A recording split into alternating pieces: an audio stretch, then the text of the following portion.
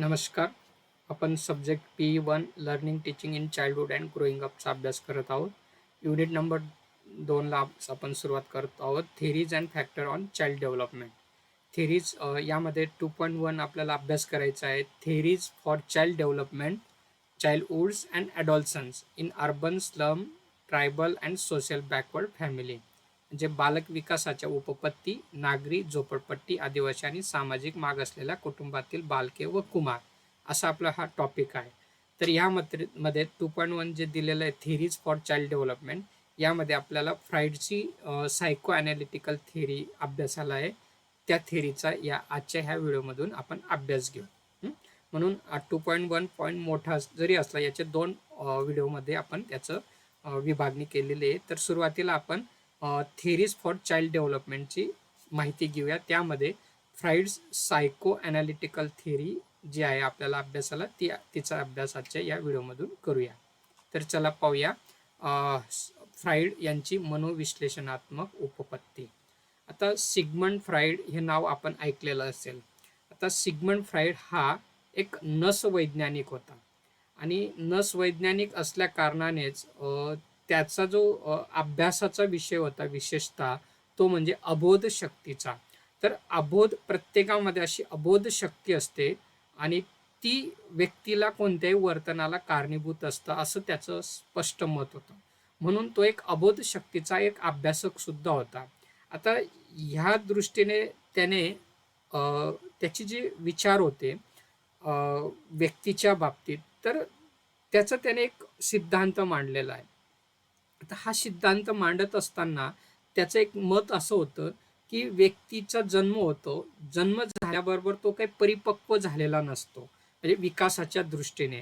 म्हणून ती जी अपरिपक्वतेपासूनची त्याची सुरुवात असते, तर तो परिपक्वतेपर्यंतचा प्रवास करत असतो. म्हणजे जन्म झाल्याबरोबर विकासाच्या बाबतीत तो अरिपक्व असतो, मात्र तिथून तो प्रवासाला सुरुवात करतो. तर जोपर्यंत तो परिपक्वता प्राप्त करत नाही, तोपर्यंत त्याचा प्रवास हा चालू असतो. परंतु हा हा जो काही प्रवास आहे, हा प्रवास करत असताना तो वेगवेगळ्या अवस्थांमधून जात असतो. त्या अवस्थांनाच त्याने मनोलैंगिक विकासाच्या अवस्था असं म्हटलेलं आहे. आता हा जो काही अपरिपक्वतेपासून तर परिपक्वतेपर्यंतचा जो प्रकाश आहे, त्यामध्ये विशिष्ट अशा अवस्था त्याने सांगितलेल्या आहेत. त्या अवस्था म्हणजेच काय, मनोलैंगिक विकासाच्या विशिष्ट अवस्था त्याने सांगितलेल्या आहेत. आता हे समजून घेत असताना व्यक्ती ज्या वेळेस विकास करतं, म्हणजे अपरिपक्वतेपासून तर परिपक्वतेपर्यंतच्या, तर त्याच्या सभोवतालची जी काही परिस्थिती असते, तो स्वतः एक असतो आणि त्याच्या स्वतः भोवतालची जी काही परिस्थिती असते, त्याच्याशी तो समायोजन साधण्याचा प्रयत्न करत असतो. मग ह्या समायोजन साधण्याच्या प्रयत्नातूनच वास्तव तत्वांचं कार्य हे सुरू होत असतं, असं सिग्मंड फ्राईड यांचं मत होतं. आता वास्तव तत्व म्हणजे काय? आता व्यक्ती आहे, त्याच्या आजूबाजूला परिसर आहे आणि त्या परिसराशी मनुष्य ॲडजस्टमेंट म्हणजे समायोजन साधतो आणि समायोजन साधत असताना खऱ्या अर्थाने त्याच्या कार्याला सुरुवात होतं. ही एक त्याच्या मागे त्याची फिलॉसॉफी होती.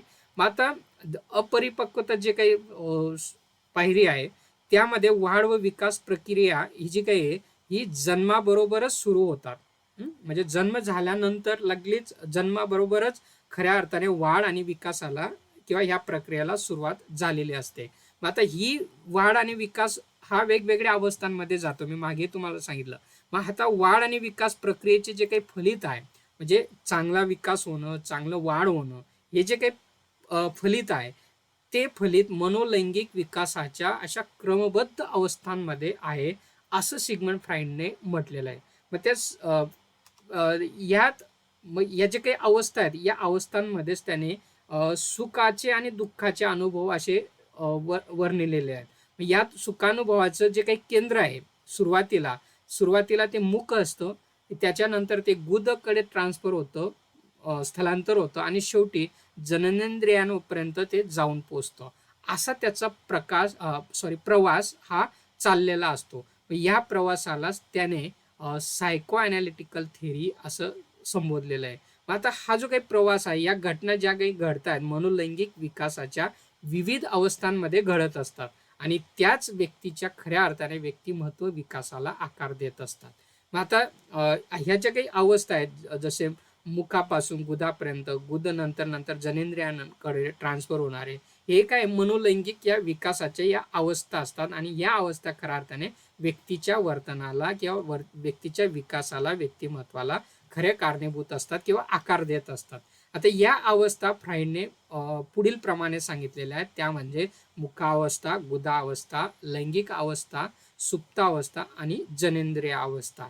तर मग हे जे काही थेरी आहे फ्राईडची, सायको ॲनालिटिकल थेरी, मनोविश्लेषणात्मक उपपत्ती, या उपपत्तीचे हे त्यांनी अवस्था या ठिकाणी सांगितलेल्या आहेत.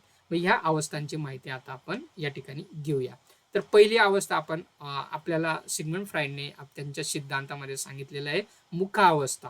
त्याला आपण इंग्रजीमध्ये ओरल स्टेज म्हणतो. आता ही जी काही अवस्था आहे ते वय वर्ष 0 ते 1 वर्ष, म्हणजे जन्मापासून तर 1 वर्षापर्यंतची ही अवस्था असते. त्या अवस्थेला त्याने मुखावस्था नाव दिलेलं आहे. आता या अवस्थेमध्ये 2 प्रकारची वैशिष्ट्ये आपल्याला दिसून येतील. लैंगिक वैशिष्ट्य येतात आणि मानसिक वैशिष्ट्य. तर दोघांचा आपण विचार करूया. अगोदर लैंगिक विकास कसा होतो, लैंगिक विकासाची कोणती वैशिष्ट्ये या अवस्थेत दिसतात ते आता पाहूया. सर्वप्रथम मुखावस्थामध्येच शब्दामध्येच दिलेलं आहे की तोंडाद्वारे सुखानुभव घेतला जातो. हा अनुभव प्रामुख्याने स्तनपानातून घेत असतात. म्हणजेच काय, मुखावस्था म्हणजेच काय, लैंगिक अनुभव हा जो असतो तो मुखावस्थेतनं घेतला जात असतो, असं आपल्याला या अवस्थेमध्ये सांगता येईल. त्याच्यानंतर यामध्ये जो काही मानसिक विकास असतो तो म्हणजेच काय, ताण आणि स्वस्थता हे दोन्ही अनुभव चोखण्याच्या उर्मीशी निगडीत असतात. बघा, एखादं लहान मूल आपण 0 ते 1 वर्षामध्ये त्याला जर आपण कुडकुडा दिला खेळायला, तर तो खेळत असताना कधी कधी त्याला तोंडात घालतो. तोंडात घातल्यानंतर आपल्याला असं वाटतं, अरे हा मातीत मिसळतोय, आणि परत तोंडात घालतो. आपण त्याच्या तोंडातनं जर ते काढलं तर तो रडायला लागतो. म्हणजेच काय, त्याला तोंडात घातल्याबरोबर त्याला स्वस्थता मिळते आणि ते काढलं की त्याला ताणही मिळते. म्हणजे असे दोघं अनुभव तो त्याच्या चोखण्याच्या या उर्मीशी निगडीत असतात. आणि म्हणून ताण आणि स्वस्थता ह्या 2 गोष्टी या मुखावस्थेमध्ये महत्त्वाच्या सिग्मंड फ्राईडने या ठिकाणी सांगितलेल्या आहेत. स्तनपानाच्या अनुभवामुळे त्याला स्वीकृतीची भावना या ठिकाणी विकसित होताना आपल्याला या अवस्थेमध्ये दिसून येते. त्याचबरोबर लोकांवरील विश्वास, अविश्वासाची भावना सुद्धा या अवस्थेमध्ये विकसित होताना आपल्याला दिसून येते. आता विश्वास, अविश्वास म्हणजेच काय, तो आई जे त्या चेहरे त्याला समोर दिसतात नेहमी आई असेल, वडील असेल, तर त्यांच्यावरती त्याची विश्वासाची भावना विकसित होत जाते. परंतु एखादा अपरिचित व्यक्ती जर समोर आला तर तो सहसा इतका लवकर विश्वास दाखवत नाही. म्हणजे अशा संमिश्र भावना त्याच्या विकसित होत असतात.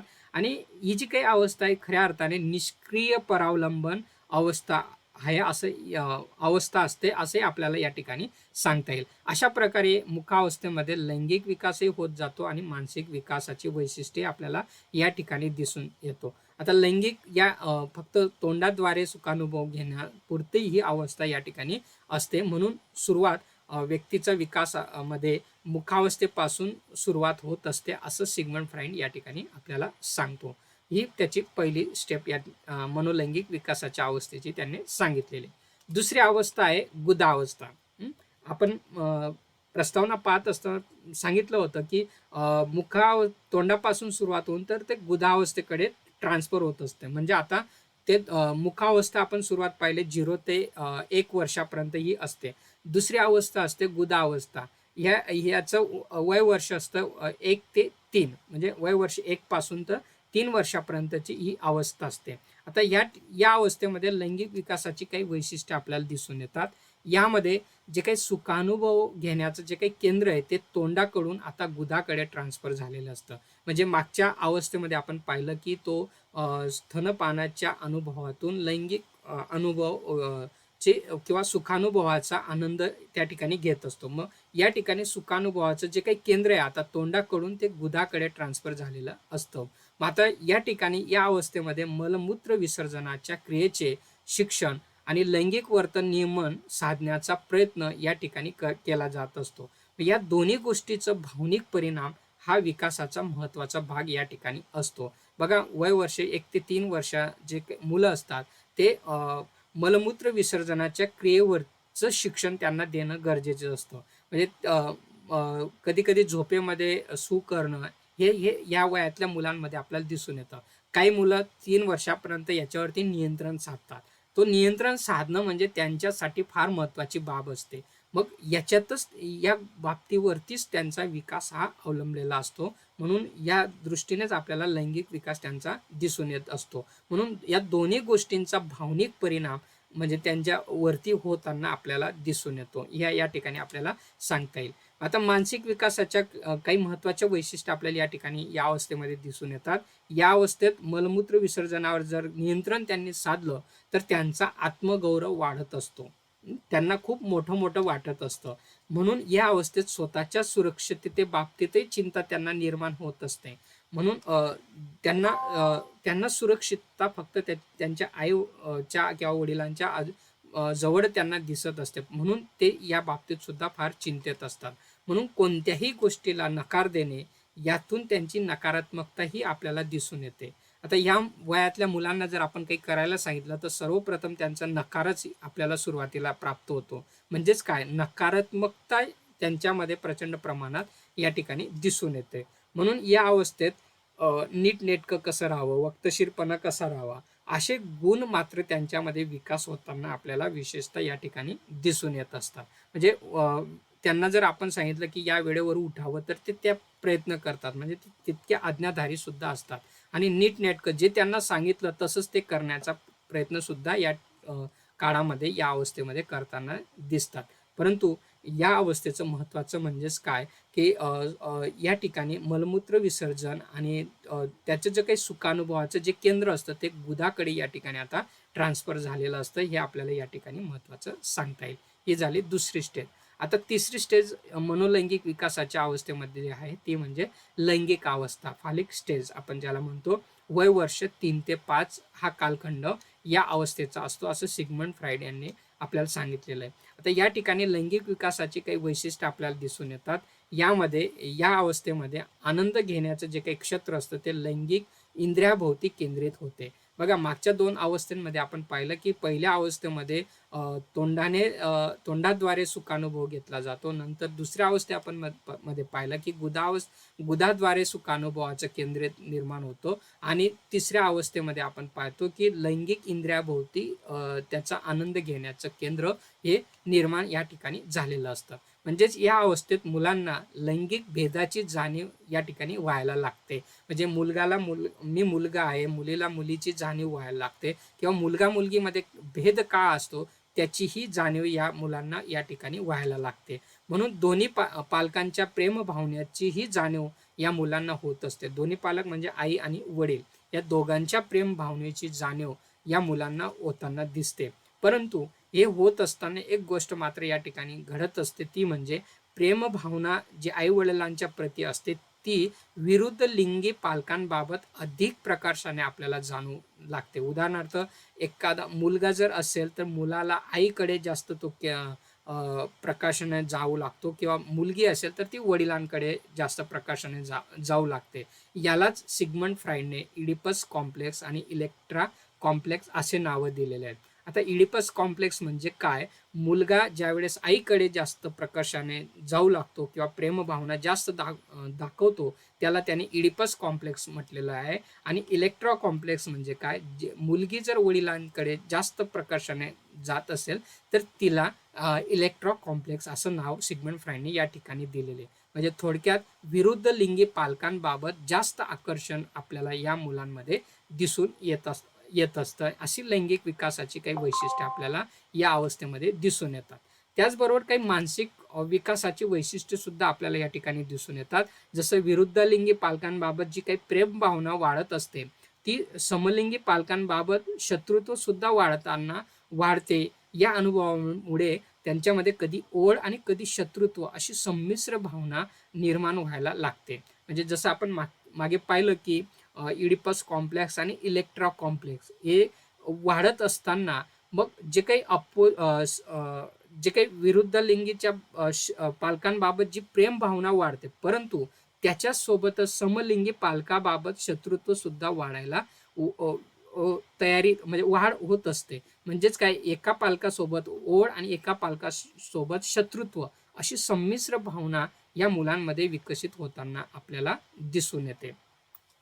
म्हणून हे एक महत्त्वाचं मानसिक विकासाच्या दृष्टीने महत्त्वाची बाब असते. या अवस्थेत मुले कधी-कधी खूप सहकार्य करतात, तर कधी-कधी खूप विरोधही करताना आपल्याला दिसून येतात. मग यातूनच त्यांचे व्यक्तिमत्व विकसित होताना आपल्याला दिसून येते. अशा प्रकारची ही लैंगिक अवस्था असते वय वर्ष 3 ते 5 पर्यंतचं.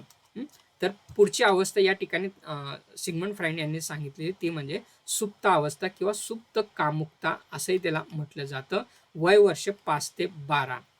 आता आपण जे एक अवस्था पाहतोय, त्या अवस्थांमध्ये लैंगिक विकासाची वैशिष्ट्ये आपण पाहत आहोत. आता मागच्या अवस्थेमध्ये आपण पाहिलं की सुरुवातीला जे काही सुखानुभवाचं केंद्र असतं ते तोंड असतं. त्याच्यानंतर ते गुदाकडे केंद्रित होतं. त्याच्यानंतर लैंगिक अवस्थेकडे केंद्रित होतं.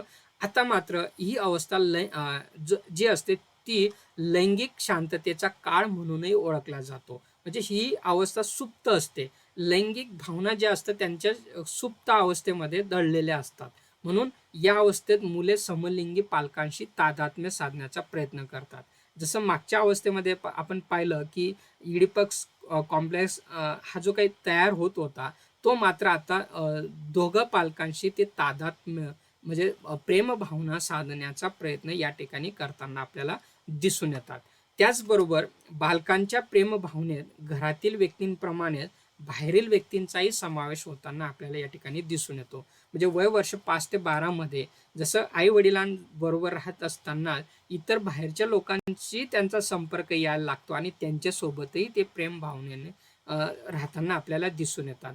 काही मनोविश्लेषणवाद्यांच्या मते या काळात जो काही असतो मुलांचा तो पराहम म्हणजे सुपर इगोचा सुद्धा विकास या ठिकाणी होताना आपल्याला दिसून येतो. म्हणून या कालखंडास आपण वादळापूर्वीची शांतता असं म्हणत असतो. वादळापूर्वीची शांतता म्हणजे का म्हणत असते, कारण 12-13 वर्षानंतर त्याची लैंगिक परिपक्वता होत असते आणि ही परिपक्वता होण्याच्या अगोदरचा हा काळ असतो. म्हणून लैंगिक शांततेचा काळ याला आपण म्हणत असतो. म्हणून वादळापूर्वीचा काळ सुद्धा आपण याला संबोधत असतो. अशी ही अवस्था असते सुप्त अवस्था आणि सुप्त कामुकता वय वर्ष 5 ते 12 च्या दरम्यान, असं सिग्मंड फ्राईडने आपल्या सिद्धांतामध्ये या अवस्थेच्या बाबतीत सांगितलेलं आहे.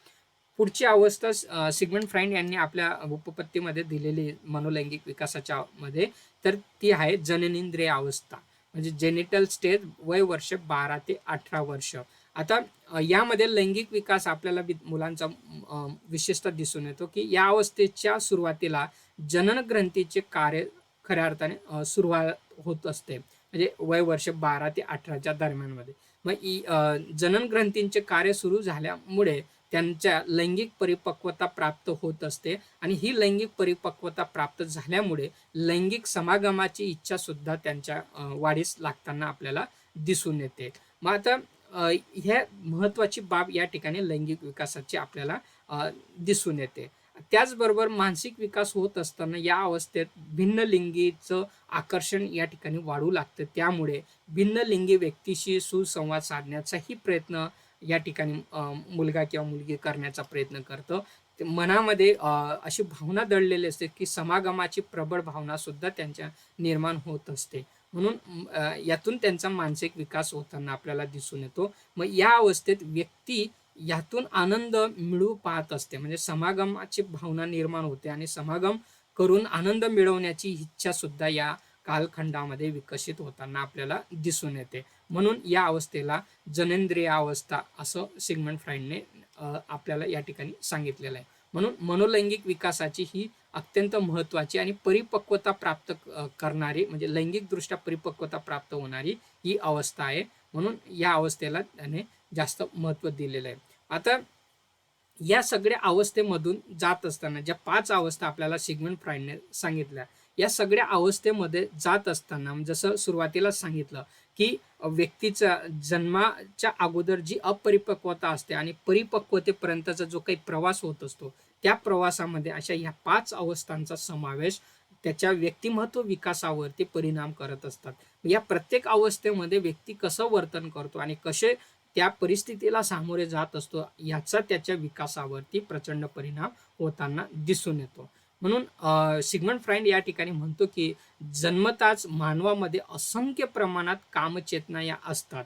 कामचेतना ह्या जन्मताच प्राप्त असतात आणि त्यांचं असंख्य प्रमाणात असतात. परंतु ह्या कामचेतना वेगवेगळ्या स्वरूपांमध्ये रूपांतरित किंवा संक्रमित होताना आपल्याला दिसून येत असतात. व त्यांचं रूपांतरित किंवा संक्रमित होण्याचं जे काही वेगवेगळ्या स्वरूप आहे ते प्रत्येक ठिकाणी वेगळं असू शकतं. म्हणून विकासाच्या प्रक्रियेत कामचेतनेचं केंद्रीकरण शरीराच्या विविध भागांमध्ये होताना आपल्याला दिसून येतं. जसं सुरुवातीला मुखावस्थेमध्ये मुखाद्वारे होत असतं, नंतर गुदाकडे ट्रान्सफर होत असतं, नंतर लैंगिक अवस्थांकडे ट्रान्सफर होत असतो आणि नंतर जननेंद्रियांच्या परिपक्वतेकडे त्याचा प्रवास होत असतो. म्हणजे कामचेतनेचं जे काही केंद्रीकरण आहे ते वेगवेगळ्या भागांमध्ये वेगवेगळे आपल्याला दिसून येतं. म्हणून शरीराच्या कोणत्या इंद्रियाच्या ठिकाणी या शक्तीचं केंद्रीकरण झालेलं आहे यावरूनच व्यक्तीच्या विकासाची अवस्था ही ठरत असते, असं सिग्मंड फ्राइड या ठिकाणी आपल्या या उपपत्तीतून सांगतो. मग आता हे विकास प्रक्रिया ही होत असताना किंवा विकास होत असताना विकासा प्रक्रियेमध्ये अनेक समस्याही निर्माण होत असतात. आता या समस्यांना व्यक्ती कसं सामोरे जातं याच्यावरती त्याचा विकास हा अवलंबून असतो. परिणामी त्याच्या अहम भावनेला तडा जाण्याचीही शक्यता असते. बघा, आता विकास होत असताना उदाहरणार्थ आपण दुसऱ्या अवस्थेमध्ये मलमूत्र विसर्जनावरती आपण सिग्मंड फ्राइडने फोकस केलेला आहे. बघा, या मुलांना जर एखाद्याने सू केला आणि त्यांना जर रागवलं तर त्यांना फार राग येतो. परंतु का राग येतो? कारण त्यांच्या अहम भावनेला तडा जाण्याची सुद्धा शक्यता असते. म्हणून त्यांना रागवताना बोलताना सुद्धा आपण काळजी घेतली पाहिजे. त्यातून ही मुलं काय करतात, त्यातून बचावासाठी स्वसंरक्षण यंत्रणेचा वापर करायला व्यक्ती सुरुवात करते. मग कधी कधी जर त्याने सू केलेली असेल आणि कोणाचं लक्षात आलं नसेल तर तो पटकन पॅन्ट बदलून हे करतो की मी केलीच नाही सू असं दाखवण्याचा प्रयत्न करतो. म्हणजेच काय, स्वसंरक्षण यंत्रणेचा वापर करताना मूल या ठिकाणी दिसून येतं.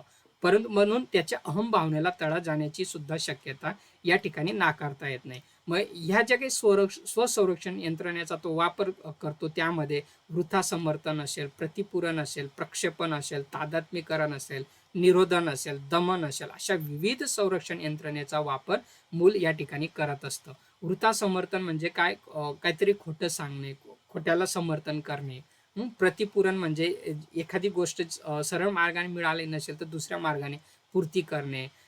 असे निरोधन करणे, विरोध करणे, दमन करणे, एखादी भावना मनामध्येच दडपून ठेवणे, अशा वेगवेगळ्या यंत्रणेचा वापर या ठिकाणी मूल करताना आपल्याला दिसून येते. अशा प्रकारे सिग्मंड फ्राइडने आपल्या मनोविश्लेषणात्मक उपपत्तीमध्ये व्यक्तीच्या लैंगिक विकासाच्या अवस्थेमधून कसं त्याच्या अपरिपक्वतेपासून परिपक्वतेकडे प्रवास होत असतो आणि त्याचा केंद्रबिंदू हा लैंगिक केंद्रबिंदू कसा बदलत असतो याविषयीची ही उपपत्ती त्याने मांडलेली आहे. या उपपत्तीचा अभ्यास केल्यानंतर एक गोष्ट आपल्याला लक्षात घ्यावी लागेल ॲज अ टीचर म्हणून, तर आपल्याला बाह्य वर्तनापेक्षा ते वर्तन कोणत्या कारणास्तव कसे घडत असतं या गोष्टींचं आपण जर शिक्षकाने लक्ष दिलं आणि विद्यार्थ्याला समजून घेतलं तर खऱ्या अर्थाने आपण त्याच्या चांगल्या विकासामध्ये हातभार नक्कीच आपण लावू शकतो. अपेक्षा करतो सिग्मंड फ्राइडने जी काही उपपत्ती मांडली ती आपल्याला समजली असेल. ही जी काही माहिती आपल्यासमोर मी सादर केलेली त्यासाठी जगताप हना यांचं जे काही संपादकीय पुस्तक आहे आणि बंगाडे हे जे काही पुस्तक आहे या पुस्तकाचा संदर्भ मी या ठिकाणी घेतलेला आहे. आपण सुद्धा या पुस्तकांचा अधिक माहिती मिळवण्यासाठी अभ्यास करू शकतात. अपेक्षा करतो हा टॉपिक आपल्याला समजला असेल. या ठिकाणी थांबूया. धन्यवाद. Thank you very much.